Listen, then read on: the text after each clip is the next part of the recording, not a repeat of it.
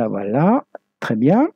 Alors donc, comme je le disais, avant de passer à autre chose, je vais donc dire un mot du cas général. Voilà. Alors, plus généralement, donc, si vous avez E et F qui sont deux cas espaces vectoriels qui ont des perspectives E1, E2, EM et F1, F2, Fn. Donc, E, c'est la base de l'espace vectoriel E droit et F calligraphique, c'est la base de l'espace vectoriel F droit. Et donc, LEF, ça désigne l'ensemble des applications calinaires de E dans F. Hein, donc, je suppose que U est une application calinaire de E dans F. Alors, qu'est-ce que c'est que, par définition, la matrice de U par rapport aux bases orientées E et F? C'est la matrice qu'on va noter MUEF, donc qui est N ligne et M colonne à coefficient dans K. Donc, autant... dont le terme général, hein, alors là, normalement c'est le contraire, c'est M ligne N colonne. C'est ça, c'est ça. Donc c'est ici, il faut mettre le nombre de lignes, c'est le nombre de lignes, ça doit être M. Le nombre de lignes, ça doit être M et le nombre de colonnes, ça doit être N. Alors, donc, qu'est-ce que c'est que les coefficients de cette matrice-là? C'est les alpha IJ qui sont donnés de la manière suivante. Donc, si vous prenez... Ah, pardon, c'est le contraire. Hein? Donc, c'était correct. Je me suis trompé, c'est E1, EM, la base de départ, et F1, Fn, la base d'arrivée. Donc, c'est bien N ici et M ici. Contrairement à ce que j'ai cru. Donc, il n'y avait pas de faute ici, c'était bon. Alors, vous allez prendre les images des vecteurs de la base orientée de départ, donc U de EJ, eh bien, ils vont s'écrire en fonction de la base d'arrivée F1, Fn, et puis, pour trouver la matrice de l'application linéaire, qu'est-ce que vous faites? Vous reprenez juste les coefficients. Hein? Donc, vous mettez U de EJ, il va s'écrire en fonction de la base d'arrivée, F1, Fi, Fn, et donc, U de EJ, le coefficient sur F1, c'est alpha 1J, etc. Le coefficient sur Fi, c'est alpha IJ, et le coefficient sur Fn, c'est alpha NJ. Voilà. Donc, c'est ça, la matrice de l'application linéaire U dont les bases orientées E et F. Ben, de la même façon qu'on définit la matrice d'une application linéaire dans des bases orientées, eh bien, on peut aussi définir la matrice d'un vecteur dans des bases orientées. Supposons par exemple que, comme tout à l'heure, l'espace vectoriel E admet la base E1, E2, EN, et que X est un vecteur de E qui s'écrit somme des alpha I lambda I, c'est-à-dire alpha 1 E1 plus alpha 2 E2, etc., où les alpha I sont des scalaires, c'est les éléments du corps. Eh bien, on peut définir la matrice de X dans la base E, qui est une matrice, donc, M', une colonne, comme ceci, comme étant la matrice qui va contenir juste les coordonnées. Alpha 1, alpha 2, alpha M. Alors, l'avantage donc de cette notation matricielle du vecteur, hein, voilà, donc là, c'est juste un résultat qui dit qu'il y a une correspondance naturelle entre les applications linéaires et les matrices, hein, qui à l'application linéaire associe sa matrice, bien sûr, étant entendu que vous fixez une base orientée de l'espace de départ et une base orientée de l'espace d'arrivée. Hein, voilà. Et donc, dans ce cas, le rang de l'application linéaire n'est autre que le rang de la matrice de l'application linéaire dans les bases orientées. Alors, donc l'avantage d'introduire une notation matricielle, c'est qu'on a le fait que si E et F sont deux cas espace vectoriel de base respective E qui est égal à EM. Donc ça, c'est la base orientée de l'espace de départ, et ça, c'est la base orientée de l'espace d'arrivée. Et U, c'est l'application linéaire de E dans F. Alors, quel que soit X dans E, eh bien, la matrice de U de X dans la base d'arrivée, elle s'obtient de manière très simple en fonction de la matrice de X dans la base de départ et de la matrice de l'application linéaire dans les bases U et F. C'est tout simplement le produit des deux matrices.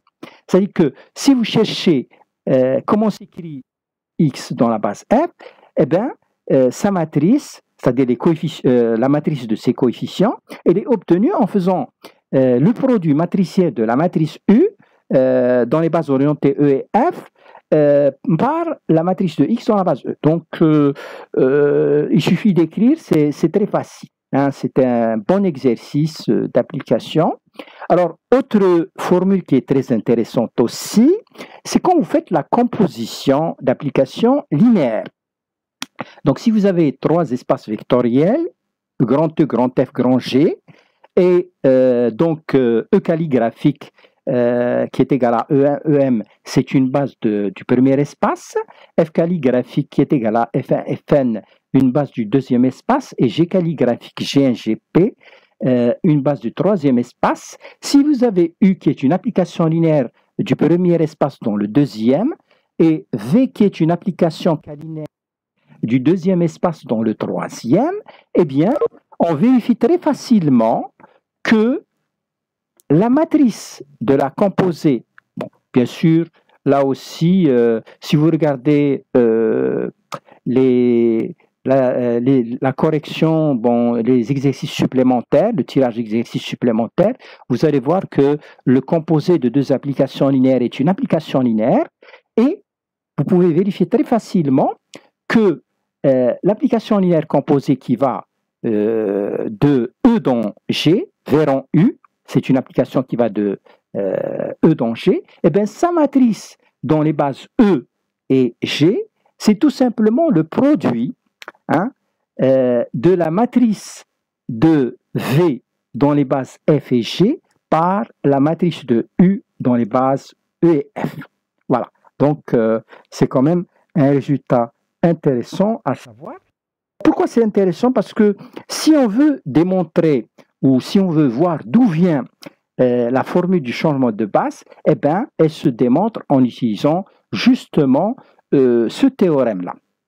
Voilà.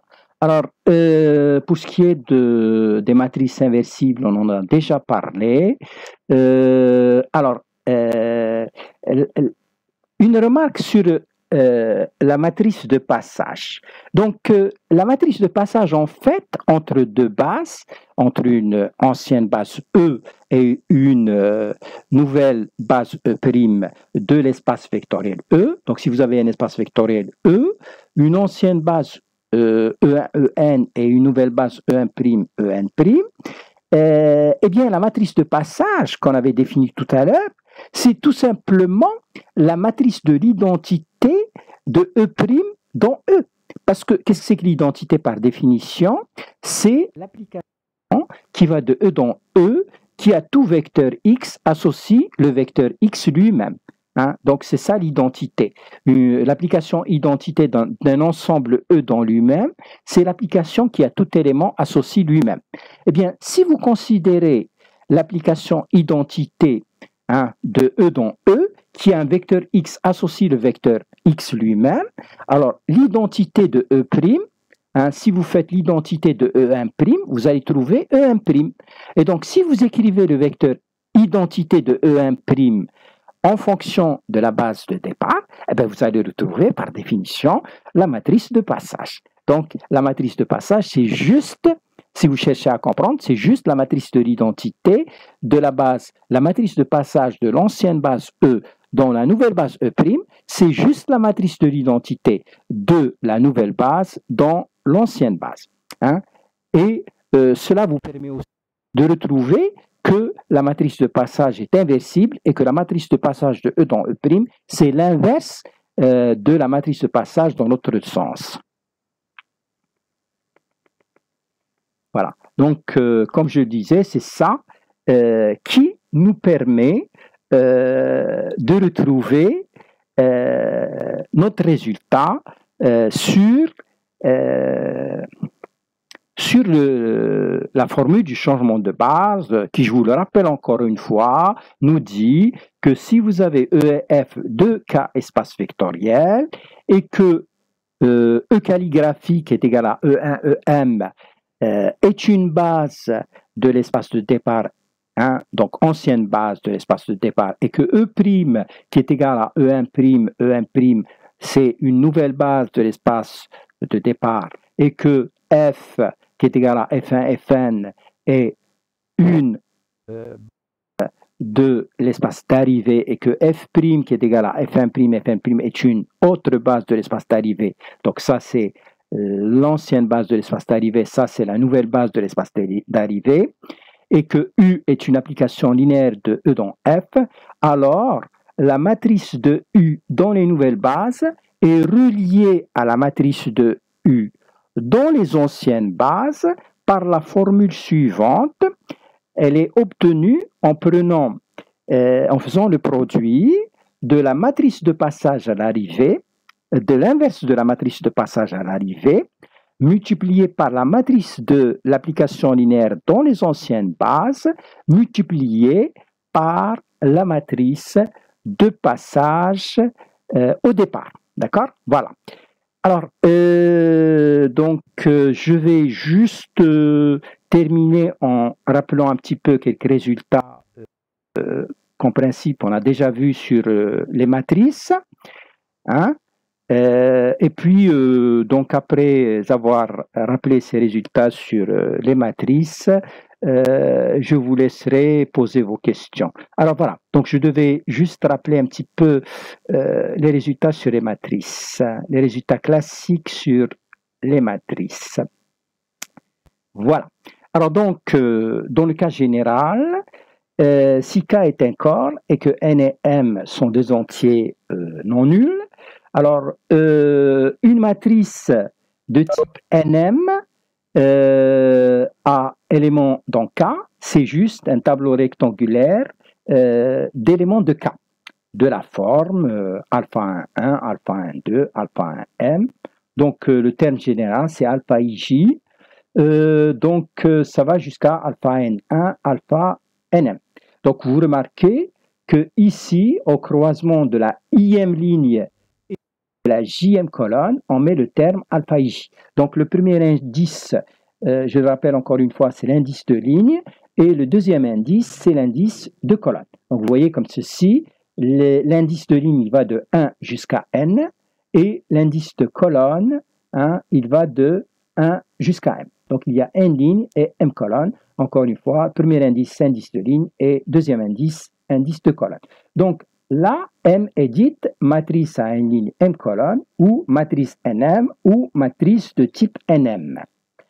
Donc l'élément alpha IJ qui se trouve sur la IM ligne et la JM colonne, il se note alpha IJ comme ça, ou parfois vous trouverez aussi dans certains livres la notation ENTIJ de M. Bon, c'est la notation anglaise, on dit l'entrée d'indice IJ, mais bon, en français, on n'utilise pas le mot entrée. Ici, la notation alpha IJ en exponentielle, mais elle est très dangereuse parce qu'on peut croire que c'est une élévation à la puissance J. Donc, je vous invite à ne jamais utiliser cette notation. Donc, elle est très dangereuse, mais bon, vous la trouverez dans certains livres. Donc, si vous voulez, la matrice M se note de manière condensée, alpha IJ comme ça, I allant de 1 à N, J allant de 1 à N. Donc, encore une fois, le premier indice, c'est l'indice de ligne, et le deuxième indice, c'est l'indice de colonne. Voilà. Alors, voilà. Comme je l'ai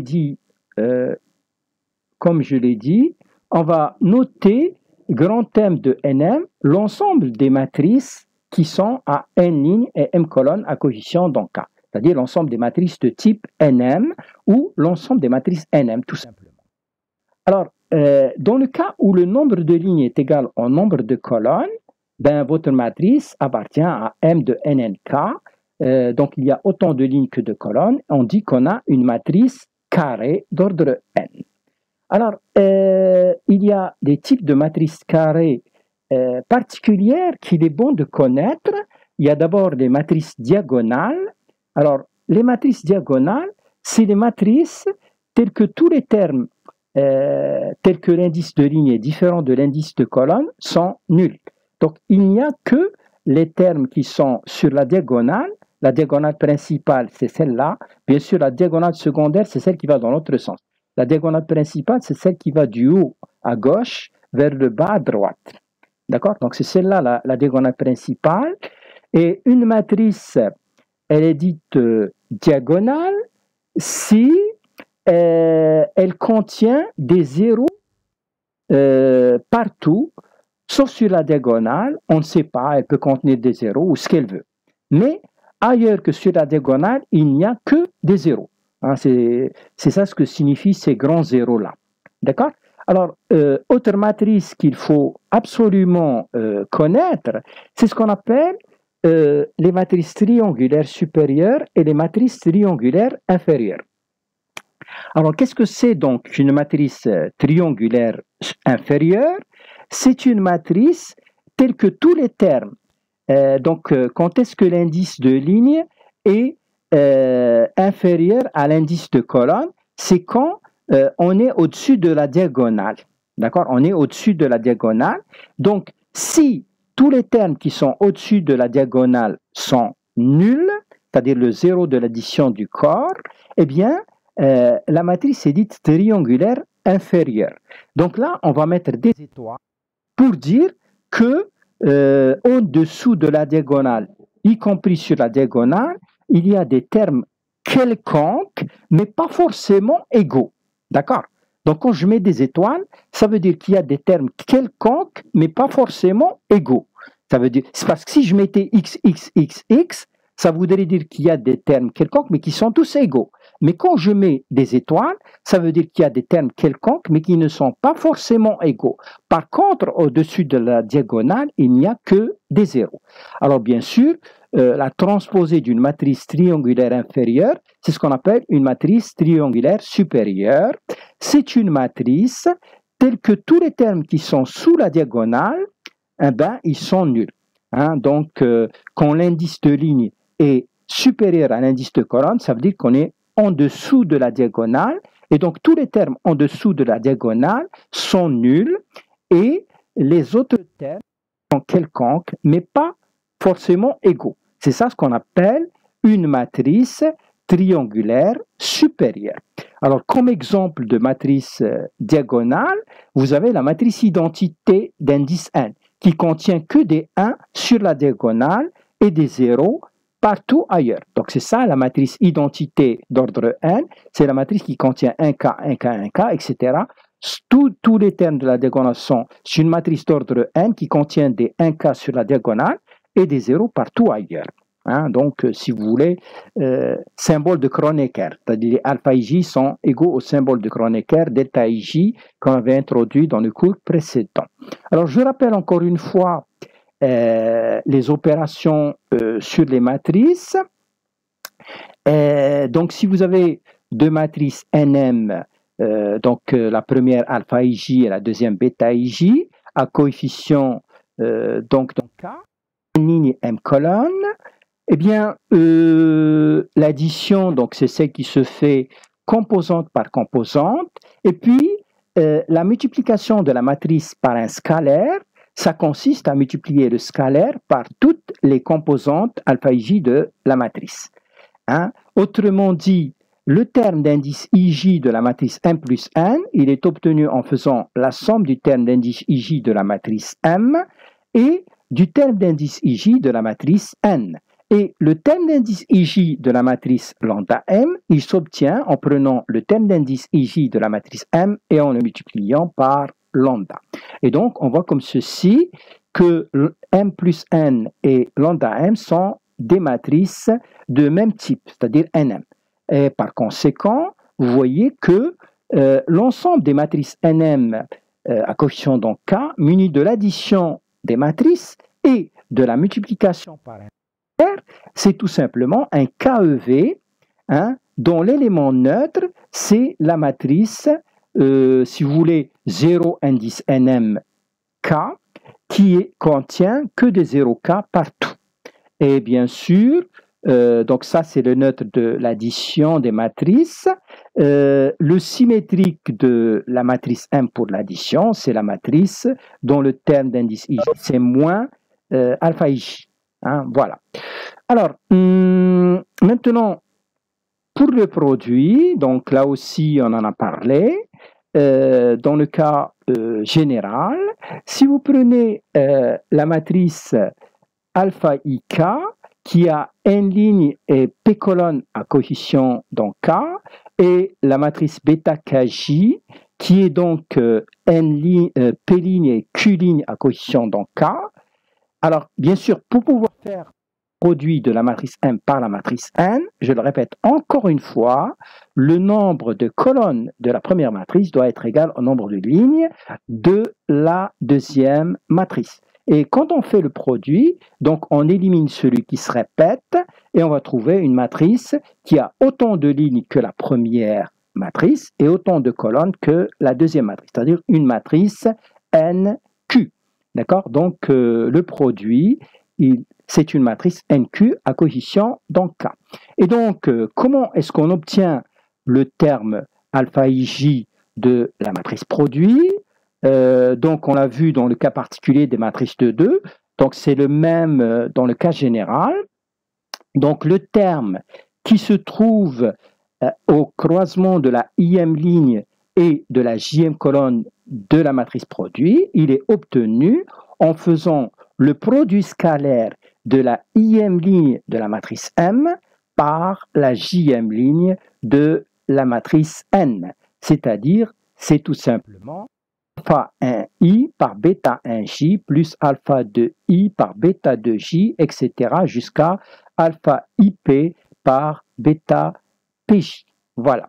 Hein? Donc, c'est le produit scalaire de la ième ligne de la première matrice par la jème ligne de la deuxième matrice. Donc, c'est la même chose que dans le cas des matrices de 2.